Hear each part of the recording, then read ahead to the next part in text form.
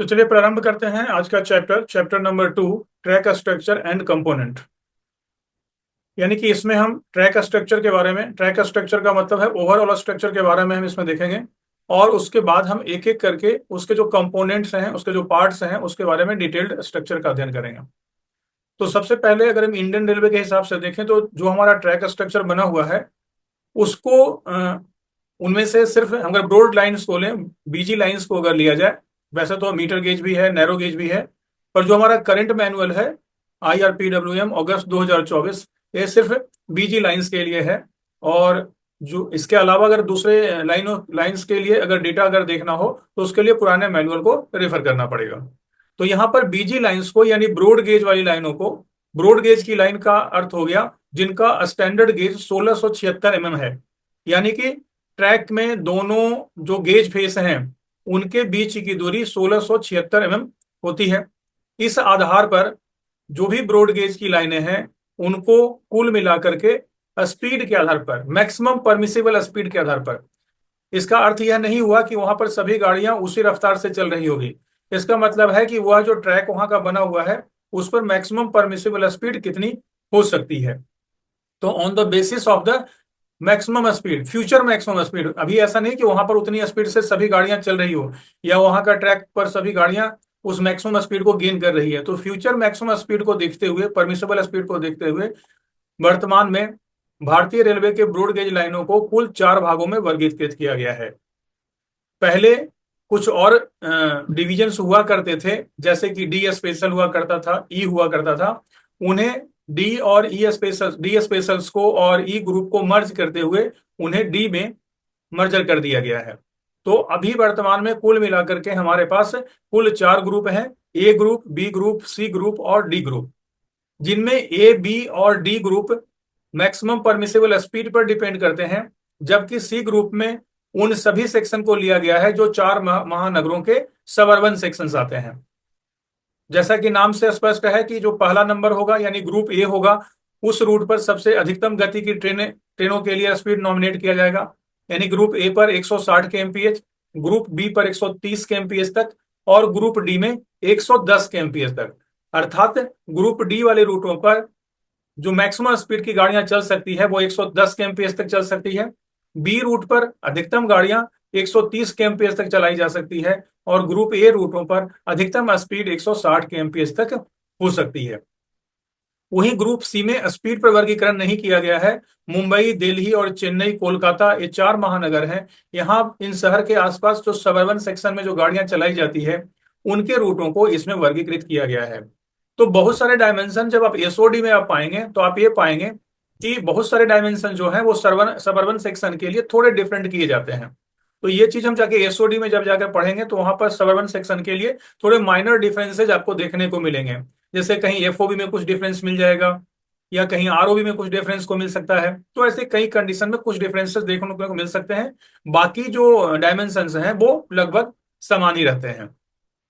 तो सबसे पहले हम उस ट्रैक स्ट्रक्चर को देखें जिन रूटों पर ये बिल्कुल नए स्ट्रक्चर्स डिफाइन किए गए हैं। पहले ये नहीं हुआ करते थे मैनुअल में, यह बाद में इंट्रोड्यूस हुए हैं क्योंकि हाई स्पीड की ट्रेनें हमें अब चलानी हो रही है। इस चलते ट्रैक स्ट्रक्चर भी हमारे पास बेहतरीन होने चाहिए। तो ये जो ट्रैक स्ट्रक्चर आप नीचे टेबल पर भी देखने वाले हैं, ये ट्रैक स्ट्रक्चर जो बनाया गया है, जो रिकमेंड किया गया है, ये ट्रैक स्ट्रक्चर पैसेंजर ट्रेन के लिए रिकमेंडेड है। यानी कि इन यहाँ ये ट्रैक स्ट्रक्चर पैसेंजर ट्रेन को कंसर्न में लेकर के बनाया गया है। तो वे रूट जहां पर की स्पीड 110 केएमपीएच से ज्यादा है, ध्यानपूर्वक सुनिएगा, 110 केएमपीएच से ज्यादा है, यानी कि जहां पर स्पीड 110 केएमपीएच तक तो नहीं लेना है, 110 से ऊपर तक लेना है। तो सिंपली हम ये समझ सकते हैं कि 110 से ज्यादा रूट वाले कौन कौन होंगे। तो सामान्यतः ए और बी रूट जो होंगे वो 110 केएमपीएच से ज्यादा वाले होंगे और अप टू 160 केएमपीएच तक। मेजर हमको ध्यान रखना है कि जो मिनिमम रिक्वायरमेंट इसमें ट्रैक स्ट्रक्चर की दी गई है, वे रूट जहां पर के 110 से तो ज्यादा चलेगी ही, लेकिन मैक्सिमम गति 130 केएमपीएच हो सकती है। ऐसे रूटों पर के लिए कुछ मिनिमम ट्रैक स्ट्रक्चर दिए गए हैं और एक जहां वे रूट जहां पर की स्पीड 130 केएमपीएच से ज्यादा हो और अधिकतम 160 केएमपीएच तक हो सकती है, उनके ट्रैक स्ट्रक्चर थोड़े से अलग दिए गए हैं। स्वाभाविक तौर पर है कि 130 तक के जो जहां पर ट्रैक स्ट्रक्चर हम देंगे वह थोड़े से इन्फीरियर होंगे 60 kmph तक के ट्रैक स्ट्रक्चर को लेकर के। इनमें से कुछ टर्म्स एक एक करके देखें कि उन टर्म्स से रिलेटेड क्या क्या मिनिमम स्ट्रक्चर है। जैसे कि रेल्स, तो इसमें क्लियरली डिफाइन है कि चाहे वो 130 तक हो चाहे 160 तक हो, दोनों में ही जो मिनिमम रेल्स इस्तेमाल किया जाएगा वो 60 केजी 90 यूटीएस वाली रेलें ही इस्तेमाल की जाएगी। यानी कि इन रूटों पर 60 केजी के नीचे या 60 केजी 72 यूटीएस भी परमिटेड नहीं होगा। तो मिनिमम 60 केजी 90 यूटीएस की रेलें यहां पर यूज होगी, इससे अधिक हायर रेलें भी यूज की जा सकती है। वहीं अगर स्लीपर और स्लीपर डेंसिटी की बात की जाए तो दोनों जगहों पर स्लीपर जो है वो पीएससी टाइप के स्लीपर ही इस्तेमाल किए जाएंगे। दोनों जगह पर पीएससी टाइप के स्लीपर इस्तेमाल किए जाएंगे, लेकिन एक फर्क रहेगा कि 130 केएमपीएस से अधिक वाले रूटों पर जो पीएससी स्लीपर यूज होंगे वो वाइडर और हैवियर पीएससी स्लीपर यूज होंगे, जो कि अभी हमारे पास वाइडर स्लीपर यूज हो रहे हैं। इसका अर्थ यह कतई नहीं लगाया जाना चाहिए कि वाइडर स्लीपर का इस्तेमाल नीचे वाले यानी 110 केएमपीएस से ज्यादा वाले रूटों पर नहीं हो सकता या 110 पर नहीं हो सकता। ये जो मिनिमम क्राइटेरिया है वो इन रूटों के लिए है। इसका अर्थ है कि दूसरी जगहों पर भी इस्तेमाल किया तो जा सकता है, पर यहां के लिए मिनिमम क्राइटेरिया है। और रूट चाहे जो भी हो, स्पीड 110 केएमपीएच से 130 का हो या 160 का हो, दोनों जगहों पर स्लीपर डेंसिटी 1660 ही इस्तेमाल की जाएगी। तो यहां पर मुख्य अंतर आपको देखने में यह मिला कि 130 केएमपीएच तक के रूट वाले में नॉर्मल पीएससी स्लीपर भी इस्तेमाल किए जा सकते हैं, लेकिन 130 से जैसे ही स्पीड अगर ज्यादा होगी तो वहां पर सिर्फ वाइडर और हैवियर पीएससी स्लीपर भी इस्तेमाल किए जाएंगे। ऐसा नहीं है कि वहां पर अगर नॉर्मल पीएससी स्लीपर है तो वहां पर ये स्ट्रक्चर फॉलो नहीं हो पाएगा, ऐसा नहीं है। यहां पर है कि अगर 130 से अधिक केएमपीएच वाले रूटों पर जब रिन्यूअल का काम चल रहा होगा, अगर पहले से नॉर्मल पीएससी स्लीपर है तो रहेगा, उससे तुरंत नहीं निकालना है। लेकिन अगर रिन्यूअल का काम अगर चल रहा है तो रिन्यूअल जब भी किया जाएगा तो वहां पर वाइडर और हैवियर पीएससी स्लीपर से रिन्यूअल किया जाएगा। इससे यह स्पष्ट है कि दोनों जगह पर पीएससी 1660 का स्लीपर डेंसिटी के साथ में ये स्पीड स्ट्रक्चर रिकमेंडेड तो है, लेकिन ये ध्यान रखना है कि यदि 130 केएमपीएस से ज्यादा वाले रूटों पर अगर रिन्यूअल किया जाएगा, अगर रिन्यूअल किया जा रहा है तो वह किया जाएगा वाइडर और हैवियर पीएससी स्लीपर से किया जाएगा, जबकि 110 से 130 वाले में नॉर्मल पीएससी स्लीपर से भी रिन्यूअल किया जा सकता है। अब आती है बात बैलास्ट कुशन की। ज्यादा स्पीड तो कुशन आपको ज्यादा चाहिए, तो इसी चलते 130 तक के स्पीड वालों में 300 कुशन परमिटेड किया गया है। टोटल कुशन, टोटल कुशन से हमारा तात्पर्य है कि कुशन हमको चेक करना है, सिर्फ क्लीन कुशन नहीं होना चाहिए। क्लीन कुशन मिनिमम 150 होना चाहिए और केक्ड मिला करके यानी 150 क्लीन कुशन होना चाहिए। और अगर 300 पूरा क्लीन कुशन है तब तो अच्छी बात है, लेकिन अगर क्लीन कुशन कम से कम 150 होना चाहिए तो 200 केक्ड सॉरी 150 केक्ड कुशन मिला करके वह टोटल 300 का कुशन मिलना चाहिए। वहीं अगर बात करें 130 केएमपीएस से ज्यादा वाले रूटों पर तो वहां पर हमको टोटल जो कुशन होगा वो 350 होगा। अर्थात मिनिमम तो 150 का कुशन होना चाहिए, लेकिन साथ ही साथ 200 का केक्ड कुशन भी मिलना चाहिए। इसका अर्थ नहीं है कि हमको 200 केक्ड कुशन मिलेगा ही, मिलना ही चाहिए। अगर 350 का क्लीन कुशन है तो अच्छी बात है कि सामान्यतः बैलास्ट कुशन हमारा क्लीन ही होना चाहिए, पर लंबे अंतराल के बाद उसमें केक्ड हो जाता है। लेकिन अगर यह स्ट्रक्चर हमको अगर हाई स्पीड के लिए चाहिए तो मिनिमम इतने क्राइटेरिया को फुलफिल होना पड़ेगा। तो जो यहाँ पर टोटल 300 या 350 लिखा हुआ है, ये तो कुशन की बात हो गई। कुशन में कुशन हमेशा क्लीन और केक्ड दोनों को कहा जाता है, दोनों के कंबाइन को बोला जाता है। तो यहाँ पर क्लीन कुशन की चर्चा कर दी गई है कि 130 तक में 150 होना चाहिए और 160 में भी 150 होना चाहिए। इसमें केक्ड कुशन इसलिए संभवतः नहीं लिखा गया है कि केक्ड कुशन होना कोई मिनिमम रिक्वायरमेंट नहीं है, वो नहीं है तो अच्छी बात है, सारा का सारा क्लीन कुशन ही अगर मिल रहा है तो। अब आती है बात टर्न आउट की। एक इंपॉर्टेंट हमारा स्ट्रक्चर है टर्न आउट, क्योंकि हाई स्पीड रूटों पर टर्न आउट काफी इंपॉर्टेंट रोल अदा करता है। इस चलते अब ये इन रूटों के लिए जो मिनिमम स्ट्रक्चर डिफाइन किया गया है, टर्न आउट में बेसिक कौन से पार्ट होते हैं? एक स्विच पोर्शन होता है, एक क्रॉसिंग पोर्शन होता है, एक लीड पोर्शन होता है। तो स्विच में कौन सा स्विच इस्तेमाल किया जाए? तो यह यहाँ पर क्लियर है कि अब जो भी इन रूटों पर है, पहले से जो लगे हुए हैं वो हैं, लेकिन इनका जो मिनिमम क्राइटेरिया डिफाइन किया गया है वो थिक वेब स्विचेज किए गए हैं कि 110 से ज्यादा वाले रूटों पर और 130 से ज्यादा वाले रूटों पर मिनिमम जो स्विच इस्तेमाल किया जाएगा वो थिक वेब स्विचेज का इस्तेमाल किया जाएगा। इसका अर्थ यह भी नहीं लगाया जाना चाहिए कि बाकी रूटों पर थिक वेब स्विच नहीं लगा सकते। लगाया जा रहा है। 110 वाले रूटों पर भी हम इस्तेमाल कर रहे हैं, लेकिन यह 130 तक के रूटों और 160 तक के रूटों पर मिनिमम क्राइटेरिया है। वहीं अगर क्रॉसिंग की बात की जाए तो क्रॉसिंग का मिनिमम क्राइटेरिया 110 से ज्यादा और 130 तक वाले में, जैसे 110 से ज्यादा मैं बार बार नहीं बोलता हूँ, सीधा अप टू 130 kmph तक वालों में सीएमएस क्रॉसिंग, जो अभी हम सीएमएस क्रॉसिंग इस्तेमाल कर रहे हैं, वो करेंगे। लेकिन 130 से ज्यादा वाले रूटों पर हम सिर्फ वेल्डेबल सीएमएस क्रॉसिंग का इस्तेमाल करेंगे। मे बी इसका रीजन ये मे बी इसका रीजन यह हो सकता है कि जो हायर स्पीड की रूट्स हैं, वहां पर धीरे धीरे एलडब्ल्यूआर को हम सीडब्ल्यूआर में कन्वर्ट करना कर रहे हैं। क्योंकि हायर स्पीड रूटों पर जितने कम बेल्ड हो, जितने कम ज्वाइंट हमको फ्री ज्वाइंट मिले, उतना ही अच्छा है। क्योंकि हर ज्वाइंट हाई स्पीड रूट के लिए एक डेंजर का काम करता है। तो वहां पर जितना वेल्डेबल सीएमएस क्रॉसिंग के बगैर आप सीडब्ल्यूआर का निर्माण नहीं कर सकते, इसलिए वहां पर वेल्डेबल सीएमएस क्रॉसिंग ही मिनिमम क्राइटेरिया में रखा गया है।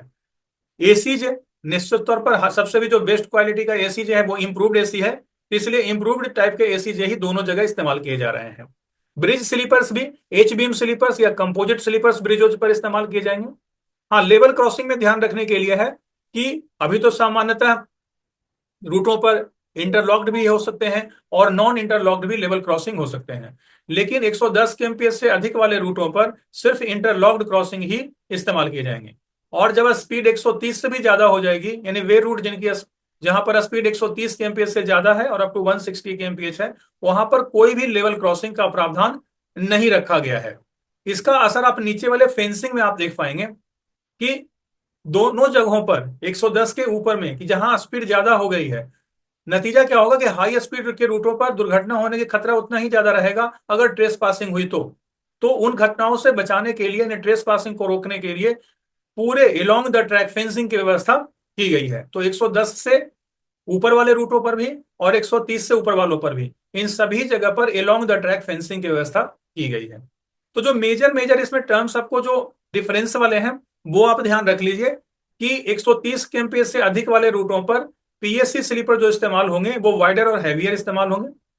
130 से अधिक वाले पर जो कुशन आपको मिलना चाहिए मिनिमम, वो 350 का रखा जाएगा। सीएमएस क्रॉसिंग की जगह पर वेल्डेबल सीएमएस क्रॉसिंग इस्तेमाल किए जाएंगे और लेवल क्रॉसिंग्स बिल्कुल ही नहीं रखा जाएगा, कोई भी लेवल क्रॉसिंग का प्रावधान नहीं रखा जाएगा। बाकी जो रिक्वायरमेंट है वो दोनों में सेम है। तो जो डिफरेंस पैदा करता है उन पर खासतौर पर ध्यान रखें, इससे आपको कंफ्यूजन से बचने में मदद मिलेगी। जो मूल इसमें ध्यान ज्यादातर पर रखने की जरूरत है वो है जो सीएमएस क्रॉसिंग में डिटेल्स दिए गए हैं। यहां पर ध्यान रखना है कि इन दोनों रूटों पर, चाहे वो 110 से ऊपर हो चाहे 130 से ऊपर हो, इन दोनों रूटों पर चूंकि स्पीड जब आप ज्यादा तेज होगी, स्ट्रेट ट्रैक के लिए तो समस्या नहीं है, स्ट्रेट ट्रैक में प्रॉब्लम नहीं है, लेकिन जब कर्व ट्रैक होगा तो थोड़ा सा अलाइनमेंट में भी अगर गड़बड़ी होती है तो उसका असर ट्रेन के मूवमेंट पर और ट्रेन के सेफ्टी पर बहुत ज्यादा पड़ेगा। क्योंकि जो कर्व ट्रैक है वो सिर्फ कर्व ही नहीं है, वहां पर सुपर एलिवेशन भी दिया जाता है।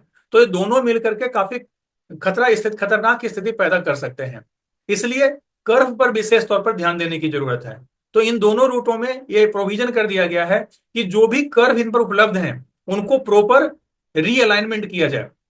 जो भी कंडीशंस फुलफिल करते हैं उसके हिसाब से उनको प्रॉपर रीअलाइन किया जाए। और साथ ही साथ सिर्फ कर्व ही रीअलाइनमेंट में ध्यान नहीं देना है कि कर्व का सेंट्रल पोर्शन, कर्व का ट्रांजिशन पोर्शन एकदम प्रॉपर हो। क्योंकि जब कोई ट्रैक पर ट्रेन स्ट्रेट ट्रैक से ट्रांजिशन कर्व में इंटर करती है तो यहां पर काफी चेंजेस आपको देखने को मिलते हैं। यानी कि अलाइनमेंट चेंज मिलता है, सुपर एलिवेशन में कंटिन्यूअस चेंज मिलता है, वर्साइन में कंटिन्यूअस चेंज मिलता है। तो इतना तेजी से यहाँ इस एरिया में परिवर्तन होता है कि यहाँ पर दुर्घटना घटने की संभावना काफी ज्यादा होती है। तो सारे कर्व को रीअलाइनमेंट करना है और साथ ही साथ ट्रांजिशन कर्व को खास तौर पर इस पर ध्यान देना है। अब एक स्थिति बनाई गई है कि मैक्सिमम परमिसिबल कर्व हम 185 को लेकर के हमको वहां पर कर्व को डिजाइन करना है। यानी कि हम इस ढंग से कर्व को डिजाइन करें कि उस पर मैक्सिमम कैंट हम 185 प्रोवाइड कर दें। जिसका फायदा क्या होगा कि जब हम 185 mm के कर्व कैंट पर अगर कर्व प्रोवाइड करेंगे तो कर्व के मैक्सिमम स्पीड पोटेंशियल का हम इस्तेमाल कर पाएंगे। लेकिन इसमें कुछ समस्याएं आपको देखने को मिलेगी। वो समस्याएं जो है, उनको भी कंसीडर करना है। जैसे कि जब मैक्सिमम कैंट एक्सेस 185 mm के कर्व कैंट पर अगर कर्व प्रोवाइड करेंगे तो कर्व के मैक्सिमम स्पीड पोटेंशियल का हम इस्तेमाल कर पाएंगे। लेकिन इसमें कुछ समस्याएं आपको देखने को मिलेगी। वो समस्याएं जो है, उनको भी कंसीडर करना है। जैसे कि जब मैक्सिमम कैंट एक्सेस आप कितना प्रोवाइड कर सकते हैं, क्योंकि उसी ट्रैक पर आप स्लोएस्ट मूविंग ट्रेन भी आपको चलानी है। हायर स्पीड तो आपको देनी है, पर स्लोएस्ट मूविंग ट्रेन भी आपको चलानी है। तो इन बातों को ध्यान में रखते हुए कि स्लोएस्ट मूविंग ट्रेन के हिसाब से मैक्सिमम करंट एक्सेस भी प्रोवाइड किया जाता है। इसके अलावा कई दूसरे इंस्टॉलेशन उस ट्रैक पर लगाए गए होंगे। साथ ही साथ कई कुछ अलग कॉन्स्टेंट भी होंगे, आपने ट्रैफिक कॉन्स्टेंट वगैरह अक्सर बातें सुनी होगी। तो इस प्रकार के कुछ और भी कॉन्ट्राडिक्शंस होंगे, कुछ कॉन्स्टेंट होंगे उस ट्रैक पर, जिसके कारण कि हम 185 का करंट प्रोवाइड नहीं कर सकते। तो सिर्फ 185 हमको प्रोवाइड करने का पूरा प्रयास करना है, लेकिन सब्जेक्टेड टू कंडीशन की बाकी कोई रुकावट उसमें से उसको रोकती नहीं हो। अगर रोकती है तो वो उतना हम current excess current super elevation हम प्रोवाइड नहीं कर पाएंगे। दो चीजें आप देखते होंगे कर्व में, एक करंट एक्सेस होता है और एक करंट डिफिशियंसी होती है। अभी जो करंट डिफिशियंसी है वो आप नए करेक्शंस के हिसाब से इसमें 150 mm तक करंट डिफिशियंसी परमिटेड की गई है, सब्जेक्टेड टू सम कंडीशन। कुछ विशेष कंडीशन के लिए कहीं पर 150 mm है, कुछ जगह 115 mm तक की भी दी गई है। तो उन सब बातों को ध्यान में रखते हुए अगर हमने मैक्सिमम करंट एक्सेस 150 mm भी अगर यूज कर लेते हैं, यहां पर ध्यान रखना है, अगर हमने मैक्सिमम करंट एक्सेस नहीं, करंट डिफिशियंसी, अगर मैक्सिमम करंट डिफिशियंसी अगर हमने 150 mm भी यूज कर लिया, तो 1.3 डिग्री के कर्व पर, अगर कर्व 1.3 डिग्री तक का है, तो 1.3 डिग्री के कर्व पर आप मैक्सिमम स्पीड 160 kmph तक आप ले जा पाइएगा। लेकिन वही अगर 2.2 डिग्री का कर्व है और 150 mm का अगर आपने करंट डिफिशियंसी दिया है, तो वहां पर स्पीड आप 130 kmph तक ही ले जा पाइएगा, चाहे आपने वहां पर सुपर एलिवेशन 185 mm का करंट क्यों ना प्रोवाइड कर दिया गया हो। इनमें जो सब्जेक्टेड, ये जो आपको 130 kmph या 160 kmph जो रेस्पेक्टिवली 1.3 डिग्री कर्व और 2.2 डिग्री कर्व के लिए दिया गया है, ये सब्जेक्टेड टू कंडीशन है कि जो कि हम स्लोएस्ट स्पीड की बात कर रहे थे, तो यहां पर स्लोएस्ट स्पीड जो गुड्स ट्रेन का लिया गया है वो 65 kmph को लेकर के ये कैलकुलेट किया गया है। तो ये सब जो मिनिमम क्राइटेरिया थे, ये कंडीशन थे, ये इस नए ट्रैक स्ट्रक्चर के लिए ध्यान पूर्वक देखने लायक है। परीक्षा के दृष्टिकोण से इनमें से कई चीजें पूछी जाती है, जैसे मैक्सिमम परमिसेबल करंट कितना है, या ऐसा पूछा जा सकता है कि करंट डिफिशियंसी अगर 150 mm अगर दिया जाता हो, तो 1.3 डिग्री के कर्व पर मैक्सिमम करंट डिफिशियंसी 150 mm दिया गया है, सुपर एलिवेशन हमने 185 mm यूज किया है, तो 1.3 डिग्री के कर्व पर मैक्सिमम स्पीड परमिसेबल जो मैक्सिमम परमिसेबल सेक्शनल स्पीड हो सकती है वो कितना अलाउ हो सकता है। या अगर करंट डिफिशियंसी 150 में यूज किया गया, सुपर एलिवेशन 185 में यूज किया गया, तो 2.2 डिग्री के कर्व पर मैक्सिमम स्पीड हम कितना अलाउ कर पाएंगे, यदि गुड्स ट्रेन की स्पीड 65 kmph रखी जाती है तो। जैसा कि हमने बात किया था कि ट्रैक स्ट्रक्चर और ट्रैक कंपोनेंट की बात की गई थी, तो अब एक एक करके हम कंपोनेंट्स यूज करते हैं। द मोस्ट इंपॉर्टेंट जो कंपोनेंट है वो हमारा है रेल, और रेल के साथ जुड़े हुए फास्टनिंग। वैसे तो अगर रेल के बारे में अगर आपको डिटेल्ड में अगर पढ़ना है, तो आप इसके लिए IRS-T12 का को अवश्य पढ़ें, जो RDSO की तरफ से जारी किया गया है, जिसका पूरा नाम है Indian railway standard specification for the flat bottom rails, IRS-T12। इस आधार पर कई बार सवाल ही पूछे जाते हैं कि फ्लैट बॉटम रेलों के लिए IRS का कौन सा जो डॉक्यूमेंट्स है वो इस्तेमाल किया जाता है। तो ये आपको ध्यान में रहना चाहिए कि IRS-T12 फ्लैट बॉटम रेल्स के लिए स्टैंडर्ड स्पेसिफाई करता है। तो इनमें पूरी रेल के बारे में सारी चर्चा की गई है, और उन्हीं में से कुछ पोर्शंस को IRPWM में लिया गया है। जब हम IRS-T12 पढ़ेंगे तो उसमें इससे भी ज्यादा एक्सप्लेन्ड वे में आपको पढ़ने को चीजें मिल जाएगी। तो जो भी रेलें बनाई जाती है वो सब उसी स्टैंडर्ड को फॉलो करते हुए बनाई जाती है। जैसा कि अभी भारतीय रेल पर यह फिक्स कर दिया गया है कि मिनिमम हम जो इस्तेमाल करेंगे वो 60 kg का रेल या 52 kg का रेल इस्तेमाल करेंगे, यानी कि इससे नीचे का रेल हम इस्तेमाल नहीं करेंगे। तो प्रीडोमिनेंटली जो भी भारतीय रेलों पर इस्तेमाल की जा रही है, कहीं डली हुई हो उसके नीचे की तो बात अलग है, पर अभी प्रीडोमिनेंटली मैक्सिमम से मैक्सिमम कोशिश रही है कि इन्हीं रेलों का इस्तेमाल किया जाता है, 60 kg पर मीटर रेल या 52 kg पर मीटर का रेल। इन जनरल अगर अभी नाउ डेज अगर आप देखिए तो 60 kg पर मीटर रेल को ज्यादा प्रेफर किया जा रहा है। तो इन जो रेलें आती हैं हमारे पास में, इसके कुछ डायमेंशंस हैं वो हमें जानने चाहिए। परीक्षा के दृष्टिकोण से भी और सामान्य दृष्टिकोण से भी इन डायमेंशंस का जानना हमारे लिए जरूरी होता है, जिनमें कुछ खास डायमेंशन है उन्हें याद कर लिया, और जो बाकी डायमेंशन है वो ठीक है, वो पढ़ने के लायक है, जरूरत के समय पर उसको रेफर में लिया जा सकता है। जैसे कि 52 kg रेल, यहाँ पर अगर आप इसको देखें, अगर हम 52 kg रेल, इसको मैं थोड़ा सा जूम इन कर देता हूँ, शायद दिखने में दिक्कत हो जाए ऐसा। चलिए, तो बेसिकली जो रेलों में कुछ डायमेंशन जो हमको याद रखने हैं, वो क्या याद रखने हैं। अगर इसको हम वर्टिकल में देखें, तो वर्टिकल में हम सिर्फ एक हाइट हमको याद रखनी है कि टोटल रेल की हाइट कितनी होती है। अगर हॉरिजेंटल में देखें तो तीन जगह पर आप इसको डिफरेंस टाइप की आपको मिलेगी। जैसे नीचे में आप नीचे वाला इसका बेस पोर्शन देखिए तो काफी चौड़ा मिलेगा, फिर बीच वाला पोर्शन काफी पतला मिलेगा, और कुछ मिडिल टाइप का हेड में पोर्शन मिलेगा। तो कम से कम इन तीन चौड़ाइयों को हमको याद होना चाहिए। तो बेसिकली इन्हीं डिटेल्स को हमको ध्यान में रखना है। तो इसमें हेड की जो चौड़ाई होती है वो 67 मिलीमीटर होती है। वेब की चौड़ाई जो होती है वो 15.5 मिलीमीटर होती है। और जो फ्लैंज की चौड़ाई होती है वो 136 मिलीमीटर होती है। ये सामान्यतः आप सभी जानते हैं। और इसकी हाइट है वो 156 मिलीमीटर होती है। तो मूलतः ये चार डायमेंशन जो है वो लीनियर डायमेंशन आपको याद होने चाहिए। चार लीनियर डायमेंशन हो गए, 136 मिलीमीटर फ्लैंज की चौड़ाई, 15.5 मिलीमीटर वेब की चौड़ाई, और 67 मिलीमीटर हेड की चौड़ाई, और 156 मिलीमीटर इसकी हाइट हो गई। ये इसकी लीनियर लेंथ हो गए, यानी कि लीनियर डायमेंशंस हो गए। इसके अलावा इसमें दो डायमेंशंस आपको और याद रखने हैं कि यदि 52 kg की रेल को 1 मीटर रेल को अगर काटा जाए, यानी 1 मीटर का पीस लिया जाए, तो उसका वास्तविक वजन कितना होता है। मैं यहां पर बात कर रहा हूं वास्तविक वजन से। नाम इसका 52 kg है, 52 kg रेल पर मीटर है, पर इसका वास्तविक वजन 52 kg नहीं होता है। इसका वजन उससे थोड़ा कम होता है। तो वह होता है 51 kg 890 ग्राम। इसलिए 51.89 kg आपको यहां पर देखने को मिल रहा होगा। तो 52 kg जो है वो जैसे कहते हैं ना, बोलने का एक नाम होता है, तो उसका नॉमिक्लेचर में उसका नाम रख दिया गया 52 kg, पर उसका एक्चुअल वेट 52 kg नहीं है, उससे कम है, 51.89 kg है। वहीं इसका क्रॉस सेक्शन एरिया की बात की जाए, जैसे जो आपको यहाँ पर रेल आपको दिख रही है, तो जो पोर्शन आपको दिख रहा है, अगर हम इसका एरिया अगर निकालने का कोशिश करें, इसका एरिया अगर निकाला जाए, तो वह एरिया निकल करके आता है 66.15 सेंटीमीटर स्क्वायर, या इसे अगर मिलीमीटर स्क्वायर में बोले तो हो जाएगा 6615 मिलीमीटर स्क्वायर। तो इस ढंग से हम इसे याद कर सकते हैं। तो इतने डायमेंशन कम से कम इसमें से याद होने चाहिए।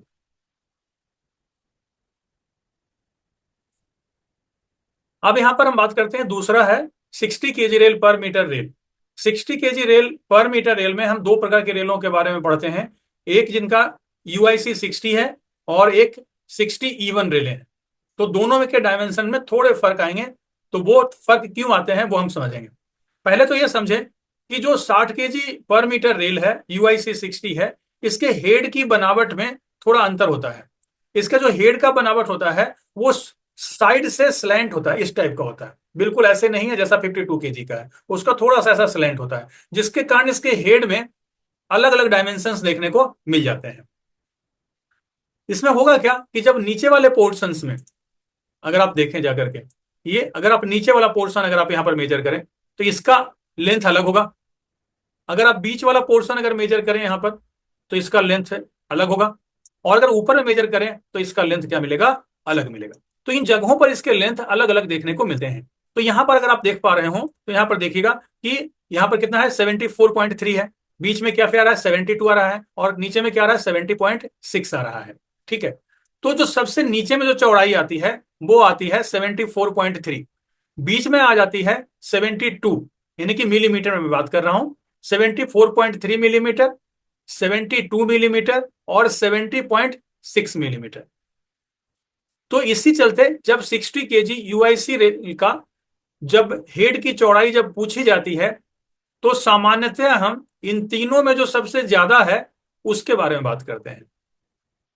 जबकि पूरी की पूरी चौड़ाई 74.3 नहीं होती है, फिर भी हम जो इसमें सबसे अधिकतम है उसी के बारे में बात करते हैं। तो जब 60 kg यूआईसी 60 की बात की जाएगी और हेड की चौड़ाई की अगर आपसे बात की जाए, तो उसका जवाब आप 74.3 मिलीमीटर बताएंगे। जबकि जो हेड में तीन अलग अलग चौड़ाइयां पाई जाती है, यानी सबसे नीचे में 74.3, उसके बाद बीच में यानी घटता हुआ जाता है, बीच में देखें तो 72 मिलीमीटर, और सबसे ऊपर जाते जाते ये 70.6 मिलीमीटर तक आ जाता है। तो ये हेड में, जैसा ये चीज आपने 52 केजी के रेल में नहीं पाया होगा, वहां पर सभी जगह समान तौर पर थे।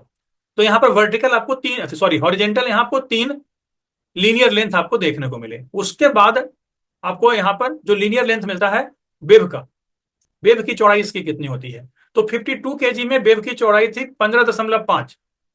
तो उसमें ऐसा सोच लीजिए कि 15.5 और 16.5 किस में होगा। तो 52 केजी में 5 आता है शुरू में, इसलिए 15.5, और 60 केजी के शुरू में 6 आता है, इसलिए 16.5 यहाँ पर वेव की मोटाई हो जाएगी। इसके बाद जो सबसे फ्लैंज का जो लीनियर लेंथ है वो हो जाता है 150 मिलीमीटर। तो यहां पर आप देख पा रहे होंगे कि जो हॉरिजेंटल्स लीनियर लेंथ है वो कुल 3 की बजाय आपको 5 लेंथ आपको यहां पर ध्यान में आएंगे, क्योंकि हेड में 3, फ्लैंज में 1 और वेब में 1। वर्टिकल हाइट की बात करें तो वर्टिकल हाइट इसकी कितनी होती है, 172 मिलीमीटर। तो ये देखिए यहाँ पर 172 है, और यहाँ पर हेड के बीच में भी कहाँ आपको देखने को मिल रहा है, यहाँ जो आपको हेड का जो सेंटर पोर्शन है वो भी आपको देखने को मिल रहा है कितना, 72। तो यहां से आप ध्यान रखिए कि इसका जो हेड का सेंटर पोर्शन 172 है वही यहाँ पर हाइट में जाकर के मोडिफाई होकर के 172 जैसा दिखने लगेगा। तो ऐसा रेफरेंस करके भी आप इसको याद कर सकते हैं। अब हम देखें इसके बाद दो और आइटम्स, जैसा कि पहले भी डिस्कस किया था हमने। वो डिस्कशन में क्या था कि इसका वेट क्या होगा। तो यहां पर जो इसका एक्चुअल वेट होता है, जैसे 52 केजी में आपने क्या देखा, उसका एक्चुअल वेट 51.89 केजी था, यानी कम था। वहीं 60 केजी में अगर हम देखें तो यहां पर एक्चुअल वेट 60 केजी से ज्यादा देखने को मिल रहा है। तो यहां पर 340 ग्राम ज्यादा पाया जाता है इसका वजन, यानी कि 60 केजी 340 ग्राम, यानी 60.34 केजी। और वहीं क्रॉस सेक्शन जो होता है वो 76.86 सेंटीमीटर स्क्वायर। और अगर मिलीमीटर में अगर आपसे बात की जाए या मिलीमीटर स्क्वायर में हम बात करें तो हो जाएगा, इसका डेसिमल सिर्फ गायब कर दीजिए, तो 7686 मिलीमीटर स्क्वायर हो जाएगा। ये परीक्षा में ये वाली गड़बड़ियां अक्सर देखी जाती है। आपको ऑप्शन इस प्रकार के दिए जाएंगे, 7686 मिलीमीटर स्क्वायर की जगह सेंटीमीटर लिख दिया जाएगा, और 76.86 सेंटीमीटर स्क्वायर की जगह मिलीमीटर लिख दिया जाएगा। तो इस प्रकार में जल्दीबाजी में यहाँ पर ये गलतियां पाई जा सकती है। अब जो ध्यान रखने का है वो थोड़ा सा खास तौर पर ध्यान रखिएगा। वो क्या ध्यान रखना है कि जो ये 60 केजी की यूआईसी की रेल है, इसके बाद हमारे पास 60E1 की रेलें बनी। तो उसमें क्या किया गया कि जो स्लैंटनेस थी, जो साइड में यहाँ पर स्लैंटनेस बनाई गई थी, इसको हटा दिया गया और इसका शेप कुछ इस प्रकार का बनाया गया जैसे 52 केजी में है, यानी कि समान बनाया गया। अभी नेचुरली है, और उसमें हेड की जो चौड़ाई रखी गई वो 72 रखी गई। तो यहां जो नीचे में 74.3 है, यहां से आपको कुछ तो मटेरियल कट करना पड़ेगा, श्योर है। अगर मैं इसी रेल को मॉडिफाई करना चाहूं तो जहां 74.3 है वहां भी हमको 72 करना पड़ेगा। बीच में तो 72 आया ही, और ऊपर जो 70.6 था उसको भी 72 करना पड़ेगा। तो इस पूरे एवरेजिंग में क्या होता है कि पूरे एवरेजिंग में कुछ मटेरियल बच जाता है, यानी जितना मटेरियल 60 केजी यूआईसी रेल को बनाने के लिए चाहिए उतना मटेरियल 60 केजी इवन बनाने के लिए नहीं चाहिए। तो बताइए इससे किन किन चीजों पर फर्क पड़ेगा। पहला बात है कि मटेरियल अगर कम हो गया है तो उसका वेट में थोड़ी कमी आ जाएगी, और अगर मटेरियल कम हो गया है तो क्रॉस सेक्शन में भी कमी आ जाएगी। तो इसके परिवर्तन में जो तीन मुख्य परिवर्तन आपको देखने को मिलेंगे वो मिलेंगे। एक तो क्रॉस सेक्शन एरिया में आपको कमी देखने को मिलेगी, दूसरा कमी आपको देखने को मिलेगी उसके वेट में, और तीसरा हेड जो हो जाएगा वो बैलेंस हो जाएगा। तो अब यहां पर देखें 60 केजी इवन में तो वही चीजें आपको देखने को मिलेगी। ये देखिए 60 केजी इवन रेल का प्रोफाइल है। तो यहां पर देखिए, यहां पर हेड की चौड़ाई सिर्फ 72 मिलीमीटर रह गई। अब इसमें कहीं भी 74.3 या 70.6 आपको देखने को नहीं मिल रहा है। यहां पर देखिए मैंने क्या बताया था कि जो भी चेंजेस आपको देखने को मिल रहे हैं वो इतनी ही दूरी में देखने को मिल रहे हैं, इसके नीचे में आपको चेंजेस देखने को नहीं मिलेंगे। तो यहां पर आप क्या देखिएगा, 16.5 यूआईसी में भी था, इवन में भी आपको देखने को मिल रहा है। यहां पर देखिए 150, यहां पर पिछले वाले में भी फ्लैंज की चौड़ाई 150 मिलीमीटर थी, यहां भी 150 मिलीमीटर है। 172 मिलीमीटर इसकी भी हाइट थी, अभी भी 172 मिलीमीटर है। तो जो चेंजेस देखने को मिले वो आपको कहां पर देखने को मिले, यहां पर हेड में आपको देखने को मिल रहे हैं। और मैंने जैसा बताया कि दो चेंजेस आपको और मिलेंगे, वो चेंजेस कहां पर मिलेंगे, क्रॉस सेक्शन एरिया में आपको चेंजेस देखने को मिलेंगे, और वेट जो यहां पर मास लिखा हुआ है एक्चुअली वेट पर मीटर है, तो ये देखने को मिलेंगे। तो आपने उसमें देखा होगा कि हम उसमें 60 kg यूआईसी वाले में उसमें कितना था? 76.86, 76.86 सेंटीमीटर स्क्वायर वहां पर क्रॉस सेक्शन एरिया था। तो यहां पर आप देख रहे हैं कि वो घट गया है, यहां पर ये वैल्यू आपको घटी हुई मिल रही है। कितनी घट के हो गई है? 76.70 हो गई है।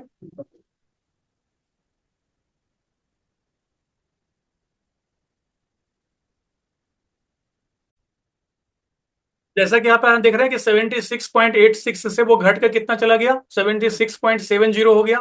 और अगर आप ये दूसरे वाला देखें कि इसका मास क्या था पहले? 60.34 kg था। 60.34 kg था, सॉरी, 60.34 kg था, वो घट करके कितना आ गया? 60.21 आ गया। ठीक है, तो ये दो चीज आपको यहाँ पर अगर आप ध्यान रखें तो आपको 60 kg यूआईसी के डायमेंशन में और 60 kg ईवन के डायमेंशन में आप आसानी से अंतर स्पष्ट कर पाएंगे। मैं इसे सिंपली याद करने के लिए कहता हूं 13-16, यानी कि मास में 13 यानी कि 130 ग्राम का कमी हो गया है, और क्रॉस सेक्शन में 16 यानी कि 160 सेंटीमीटर, 0.160 का वो अंतर आ गया है। तो 13-16 अगर ये नंबर आप अगर आप याद रखें तो कर सकते हैं, बाकी अगर आप डायरेक्टली याद रख लें तो अच्छी बात है। अब जब रेलों का हमारे पास डायमेंशन डिफाइन हो चुका है, तो रेल जब हमारे पास आती है और इसे विजुअली हम देखते हैं, तो उस विजुअल देखने में हमें क्या क्या चीज हमको दिखाई पड़ती है जब रेल हमारे पास आ जाती है। तो सबसे पहले रेलों पर कुछ दूरी पर रोलिंग मार्क किए रहते हैं, यानी कि उस पर उभरा हुआ कुछ हाथ से अगर आप छू करके देखेंगे या तो विजुअली भी देखेंगे तो आप पाएंगे कि उस पर कुछ लिखा हुआ रहता है। वो अमूमन 4-4 मीटर की दूरी पर लिखे रहते हैं। ये परीक्षा में सवाल पूछा जाता है कि रोलिंग मार्क कितनी दूरी पर रहता है। ये IRS-T12 में इस बात को डिटेल्ड में बताया गया है।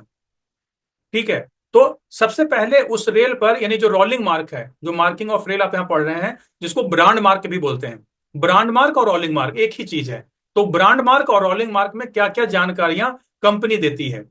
सबसे पहले तो कंपनी इस बात की जानकारी देती है कि उसका रेल सेक्शन क्या है, यानी 60 kg है, 52 kg है, कौन सा रेल सेक्शन है। उसके बाद उसमें ग्रेड की जानकारी देती है, 880 ग्रेड का है, ठीक है, यानी कि 90 यूटीएस का है, या वो R260 ग्रेड का है, या उससे कोई हायर ग्रेड का रेल है, हेड हार्ड एंड रेल है। तो जो भी उसकी ग्रेड रहेगी उसके बारे में भी जानकारी उसमें दी जाती है। उसके बाद कंपनी का एक आइडेंटिफिकेशन मार्क लिखा हुआ रहता है। जैसे स्टील अथॉरिटी ऑफ इंडिया बनाती है तो SAIL लिख देती है, तो ये दिखने को मिलता है। फिर किस महीने और किस साल में, यानी कि डेट तो लिखा हुआ नहीं रहता है, लेकिन महीना और साल लिखा हुआ रहता है।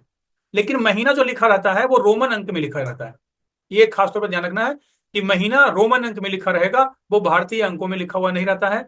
और उसके बाद साल के जो मैन्युफैक्चरिंग ईयर होगा उसके 2 डिजिट जो इंटरनेशनल न्यूमेरिकल वैल्यू है, नंबर्स है, उसमें लिखा हुआ आपको देखने को मिलेगा।